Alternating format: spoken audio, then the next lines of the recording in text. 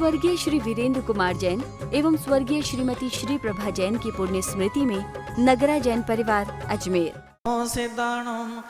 नमो आयिरियाणं नमो जायाणं नमो लोये सौवसाहुणं हे सौ पंच नमो यारो सौवे पाव प्रेणासनो मंगलाणं च सुब्बेसिं परमं हवै मंगलम परमं हवै मंगलम।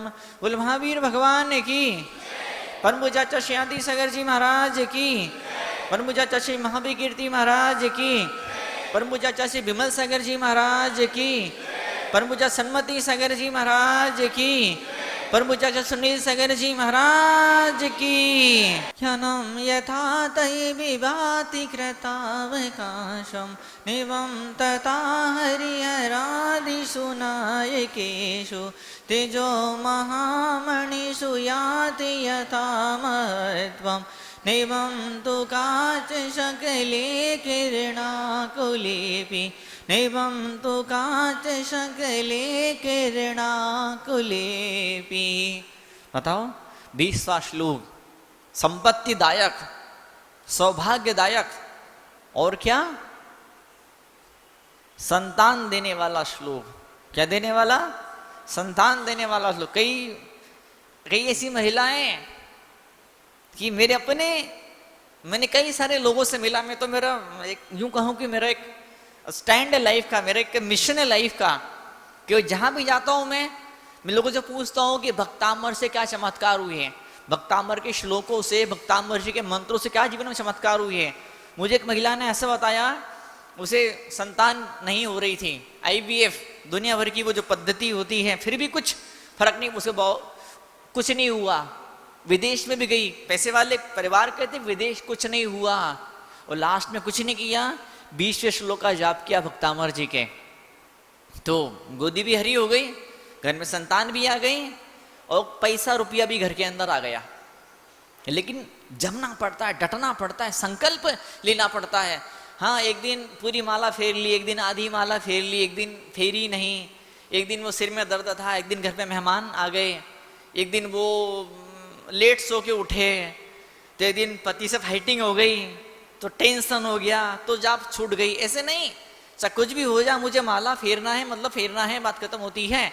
ये सिद्धांत होते हैं। काले, नीले और हरे कपड़ों में जाप नहीं की जाती। कितने? काले, नीले, हरे कपड़ों में जाप नहीं की जाती है। किसी विशेष मंत्र की विशेष विधि हो कि नीले ही कपड़े पहनने हैं, सिद्धांत तो एक अलग बात हो जाती है। लेकिन सामान्य रूप से फिर जाप को मुहूर्तों में शुरू किया जाता है।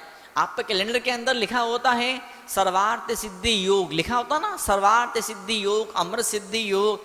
किसी पंडित जी से, किसी जानकार से पूछ करके जाप को शुरू किया जाता है, और जब तक जाप चलती है तब तक किसी एकाध वस्तु का त्याग किया जाता है, कि अमुक फल का, इस वाली सब्जी का या इस वाले अनाज का त्याग, खाने में अमुक वस्तु का त्याग, और कोई ऐसी वस्तु का त्याग करो जो वस्तु घर में बार बार आती है, जो वस्तु घर के तकरीबन सभी लोग खाते हैं। अब जिस घर में मान लो टमाटर आता ही नहीं है, उस घर के लोग टमाटर का त्याग करें तो सब कुछ औचित्य, उसका कुछ फायदा, उसका कुछ फल उसका नहीं होता है। और एक कहानी आती है महाभारत के अंदर। क्या कहानी आती है? कि वो दुशासन ने जब पांडव जुए में हार गए, कपट करके उनको जुए में कौरवों ने हरा दिया, तो क्या हुआ? तो उस समय क्या हुआ? दुशासन द्रौपदी को बाल पकड़ के खींच करके लेकर के आया, और क्या कहा उसने कि भरी सभा में उसको नग्न करने के लिए कपड़े उसे खींचना, कपड़े उसको उतारना शुरू किए। द्रौपदी को बहुत अपमान महसूस हुआ, उसने कसम खाई, जब तक वैष्णव परंपरा में महाभारत में ऐसी कहानी आती है। क्या कहानी आती है? जब तक मैं इसके खून से अपने बाल नहीं धो लूंगी तब तक चोटी नहीं बांधूंगी मैं। क्या कसम खाई थी उसने? जब तक इसे खून से अपने बाल नहीं धो लूंगी तब तक चोटी नहीं बांधूंगी। कोई बेटी के बाल बिखेर के आती है तो मैं सोचता हूँ कि क्या मालूम किसने कौन सी कसम खाई है, क्या मालूम किसके खून से बाल धोएगी तो फिर बाद में चोटी बांधना शुरू करेगी। तो कसम खा ली थी उसने। क्या कसम खा ली थी? जब तक जिसने मेरा अपमान किया है, अपमान का बदला नहीं ले लूंगी। बदला कैसे लूंगी मैं? ऐसे बदला लूंगी मैं। संकल्प उसने लिया। और जब जब से खिले बाल वो देखती थी, खुद देखती थी, जब तक 5 पांडव खिले बाल देखते थे तब तक उसको वो अपमान की घटना उसको बार बार याद आती थी। और फिर एक दिन ऐसा भी होता है जब युद्ध होता है तो फिर अपना बदला वो पूरा करती है। तो खैर वैसा हुआ कि नहीं हुआ, लेकिन मैं आपसे कहना चाहूंगा, क्या कहना चाहूंगा, जब तक ये अमुक मंत्र का 41 दिन तक, 51 दिन तक या 2, 4, 6 महीने तक जाप पूरा नहीं होगा, संकल्प पूरा नहीं होगा, आप एक नियम लीजिए, कसम खाई इतने दिन तक मैं जाप करूंगी मैं। क्या आप नौकरी में नौकरी करने गए, एक दिन गए एक दिन नहीं गए तो तनख्वाह मिलने वाली क्या? नहीं है। आजकल तो बड़ी बड़ी कंपनी वाले बॉन्ड पेपर पर साइन कराते हैं, कम से कम 2 साल तक 3 साल तक आपको कंपनी में काम करना ही पड़ेगा, किसी भी हाल में कंपनी छोड़ के आप नहीं जा सकते हैं। कंपनी वाले पेपर पे साइन करवाते हैं आजकल। इस तरह से वकील के मार्फत वकील को बीच में ला करके बाकायदा पूरा अनुबंध होता है और फिर उसके बाद में फिर नौकरी मिलती है। लेकिन मंदिर में क्या होता है, प्रवचन सभाओं में क्या होता है, क्या होता है प्रवचन सभाओं के अंदर, एक दिन आ रहे तो एक दिन नहीं आ रहे, एक दिन लेट आ गए, एक दिन लास्ट के 5 मिनट सुने, एक दिन शुरू में स्टार्टिंग में आ गए, एक दिन आधा घंटा पहले आ गए। क्या समझे? तो ऐसे गुजारा नहीं होता है। गुजारा कैसे होता है? एक संकल्प लेना पड़ता, संकल्प की डोर से बंधना पड़ता है। क्या? संकल्प की डोर से बंधना पड़ता है। जो इंसान संकल्प की डोर से बंध जाता है तो क्या, अच्छा निमिचंद सिद्धांत चक्रवर्ती कहते हैं बृहद्दव संग्रह के अंदर, क्या कहते हैं, संकल्पो कल्पवृक्षः। संकल्प क्या है? कल्पवृक्ष संकल्प है, कल्पवृक्ष कल्पवृक्ष। और कई सारे ग्रंथों के अंदर ऐसा उल्लेख है दिगंबर जैन परंपरा के, संकल्प कल्पवृक्ष है। आपने संकल्प कर लिया कि हमको आज पुण्यार्जन करना है, महाराज जी के पास में कलश की स्थापना करनी है, तो आपने सुबह से प्लानिंग किया, बड़ी एक जैसी ड्रेस पहन कर के आए, थोड़ा सा मेकअप फेकअप जो कुछ भी होता है, परिवार को इकट्ठा किया, बेटे को बेटियों को इसको उसको, आज पूरा दोनों परिवार एक साथ यहाँ पर विराजे हुए। सबसे स्टार्टिंग में सबसे शुरू में आ गए, बाकी लोग तो ठीक है अपने हिसाब से आते रहेंगे, पर हमने जिम्मेदारी ली है, हमने बीड़ा उठाया है, हमने संकल्प लिया है। क्या आज किस्मत ने हमें सौभाग्य दिया है तो हम जी भर के इसका लाभ लूटेंगे। सूर्य में दीप पूजन भी करेंगे, फिर महाराज जी को शास्त्र भेंट भी करेंगे, और लास्ट में क्या है, गुरुदेव के चरणों में अर्घ भी समर्पित करेंगे, अर्घ भी भेंट करेंगे। ये हमारा सम्मान है, हमारा बहुमान है।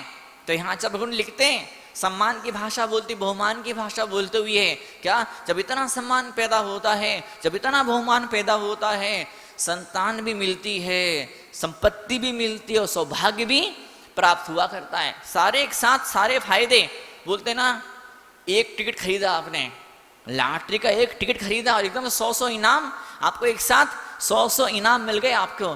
तो ज्ञानम यथा तैवी विभाति कृतावकाशम, कृत अवकाशम, कृत अवकाशम। अब कृत अवकाश के दो मीनिंग होते हैं। अवकाश दिया है, अवकाश प्राप्त किया। अवकाश मतलब स्पेस, अवकाश मतलब जगह है। उस ज्ञान को जीवन में प्रकट होने के लिए जगह आपको देनी जगह बनानी पड़ती है। किसी वीआईपी को बुलाओगे आप, पूरा प्रवचन हॉल पंडाल खचाखच भरा पड़ा है, वीआईपी कहाँ आएगा, वीआईपी कहाँ बैठेगा, बताओ। उस वीआईपी को आने के लिए जगह बनानी पड़ती है, जगह देनी पड़ती है। और जगह रहेगी, आने जाने वाले लोगों के लिए रास्ता बना रहेगा, तो ऑटोमेटिक लोग उस रास्ते का उपयोग कर लेंगे। रास्ता था तो बीच में टेबल लगा दिया, अब रास्ता पूरा ब्लॉक कर दिया, अब तो वहां से आ नहीं पाता है कोई। फिर भी कोई एकाधिक उपद्रवी ऐसा होता है कि लोगों को लांग के, कूद के, फांद के वो आ ही जाता है। वो लोग भी ऐसे होते हैं कि रास्ता छोड़ के बैठते हैं ताकि कोई बीच में प्रवचन में आए और डिस्टर्ब करे। जगह है कि नहीं, स्पेस है कि नहीं है, बताओ। गाड़ी पार्क करनी है, गाड़ी खड़ी करनी है, जगह तो होनी चाहिए, जगह तो होनी चाहिए, बताओ आप। अगर जगह नहीं रहेगी तो आप डब्बे के अंदर क्या भरोगे? कोई बर्तन कीमती क्यों है? लोटा है, गिलास है, जग है, बाल्टी है, भगोना कीमती क्यों है? इट्स गिविंग यू स्पेस, एक अवकाश दे रहा है, एक स्थान दे रहा, खाली स्थान आपको दे रहा है। अगर वो बाल्टी, भगोना, वो लोटा, वो गिलास, वो जग, या वो कमरा, वो हाल, वहां पे बिल्कुल जगह ना हो, पूरा पैक हो, वो क्या काम का बताओ? क्या काम का वो बाल्टी, क्या काम का वो जग, क्या काम का वो कमरा? जगह ही नहीं है, इतनी सी जगह नहीं है। आपने फर्नीचरों से, सामान से इतना कमरे को भर के रखा है, इतना ज्यादा कमरा भर चुका आपका कि अब इंसान के बैठने की जगह ही नहीं बची। तो क्या काम का वो फर्नीचर, क्या काम का वो डेकोरेशन की वो सारे आइटम्स। ऐसे ही दिमाग कितना भर चुके हैं, दिमाग में इतने सारे इतने विचार है, इतने विचार है, इतने विचार है ना कि जिसकी हद नहीं जिसकी। इतना पूरा दिमाग को भर चुके हैं। अब एक मौका है, हम अवकाश पैदा करना शुरू करें, खालीपन पैदा करना शुरू करें, अपने आप को निहारने के लिए, अपने आप को देखने के लिए। एक बहुत बड़ा एग्जीबिशन लगा, बहुत सुंदर पेंटिंग्स आई, दुनिया भर के हजारों कलाकारों ने एक पेंटिंग बनाई। वो जो पेंटिंग देखते देखते देखते देखते जब आखिरी निकलने का दरवाजा है, एग्जिट डोर आया, जहां से बाहर निकलते हैं, वहां पे एक आईना रखा हुआ था और नीचे लिखा हुआ था, आपने दुनिया भर के कलाकारों की कृतियों को देखा, आपने दुनिया भर के कलाकारों की कृतियों को निहारा, अब परमेश्वर की कृति को निहारिए। आप परमेश्वर कृति को देखिए। कृति मतलब कौन? कृति मतलब चीजें जो परमेश्वर ने निर्माण किया है। क्या? जो किस्मत ने, कुदरत ने जिनका निर्माण किया, वो हम अपने आप को देखना भूल जाते हैं। We don't know how to inner peace. मालूम नहीं है शरीर में कहाँ पर गांठ बन रही है, कहाँ पे दर्द हो रहा है, कहाँ पे फोड़ा हो रहा है, कहाँ पे घाव हो रहा है, कहाँ पे उभार पैदा हो रहा है। शरीर कहाँ से कड़क हो गया, कहाँ से नरम हो गया, कुछ नहीं मालूम पड़ रहा है। कहाँ पे घेरे बन रहे हैं, काले घेरे बन रहे हैं, कहाँ पे झाइयाँ आ रही, कहाँ पे झुर्रियाँ आ रही है, शरीर कहाँ से अकड़ गया है, कहाँ हड्डी टेढ़ी हो गई है, कुछ नहीं मालूम, बस जिए जा रहे हैं, जिए जा रहे हैं। फिर कोई डॉक्टर आता है, फिर एक्यूप्रेशर वाला आता है, कोई मसाज थेरेपी वाला आता है, कोई पहलवान आता है, वो बोलता है कि आपका स्ट्रक्चर बिगड़ा हुआ है, आपकी हड्डी में कुछ ऐसा है, या चमड़ी में कुछ ऐसा है, कि त्वचा में कुछ ऐसा है। फिर उसका इलाज शुरू होता है।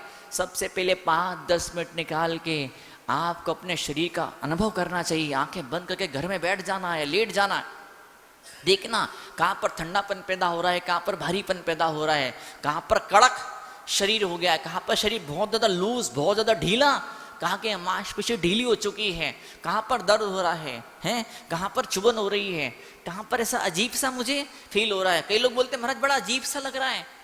आपका हर अनुभव, आपके जीवन का हर एक अनुभव, आपका हर अनुभव मन में नहीं होता है, दिल में नहीं होता है, दिमाग में, वो शरीर में होता है। आपका हर अनुभव आपके शरीर के भीतर होता है। आज मुझे अजीब सा लग रहा है, अजीब सा लग रहा है, तो कहाँ पे अजीब सा लग रहा है?